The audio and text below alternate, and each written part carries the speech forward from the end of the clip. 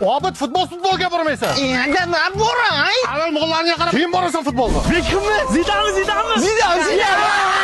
Men hujumchiman. Men защитник. Men ham orada ham o'yinchi. Ne bolalar do'ppini dami chiqyapti. Uni sasaga sovun tiqish kerak, boryapman. Obid, bu yoqqa kel. Geltikkina futbol o'ynab kelay, aya. Avval menga tomdan shurtga tushirib ber. Yo'q, tegmadi. Xudo haqidachi, onasi olmasin dechi, aytchi. Aya, mani shurtga.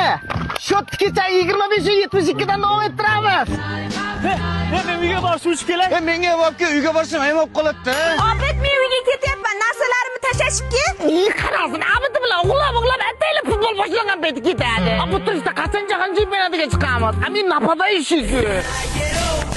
Top suvga tushib ketdi. O'zing kiming yarib quritasan? Sen hali ham shu futbolga haqida o'ylab yuribsanmi? Kanishda hali kelajakda terma jamoada ham o'ynayman. Ha, balki. Mantiqozani ehtiyot qil. Yeshir faqat kalligingizdan ko'rish ekan-da.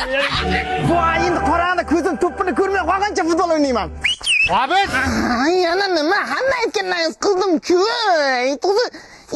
qara seni futbol haqida nima ko'rib qoldim? Nima ko'rdingiz? Bilasanmi, terma jamoamiz Jahon chempionati 2026 ga chiqishga bir qadam qoldi. Kanishda dadajon, hozir butun O'zbekiston yuraklari terma jamoamiz uchun uryapti. Yurak sizlar bilan bu oddiy so'z emas. Hozir butun xalqimiz terma jamoamiz uchun qayg'urmoqda. Badanimda qimiz ko'rmalaganday bo'ldi. Uzun bank zo'r tanlov o'tkazyapti. Uzun kart ochib, undan 13-iyungacha eng kamida 50 ming so'mlik xaridni amalga oshirsang, termamiz qahramonlarining avtografini yutib olishing mumkin. Avtograf, bu 300 marta mollarga qarab, kerak bo'lsa tomni strem tozalab tashlayman dada. Mana buni nastroy desa bo'ladi, xuddi terma jamoamizning nastroyidek. Ana tom deganda, bor tom tozalab tasha, keyin boraversan futbolingga. Tushunmadim. Bola qancha katta? Xo'rozimi, to'g'imi? Xo'rozi. Bitta debchi? Bo'ldi mana.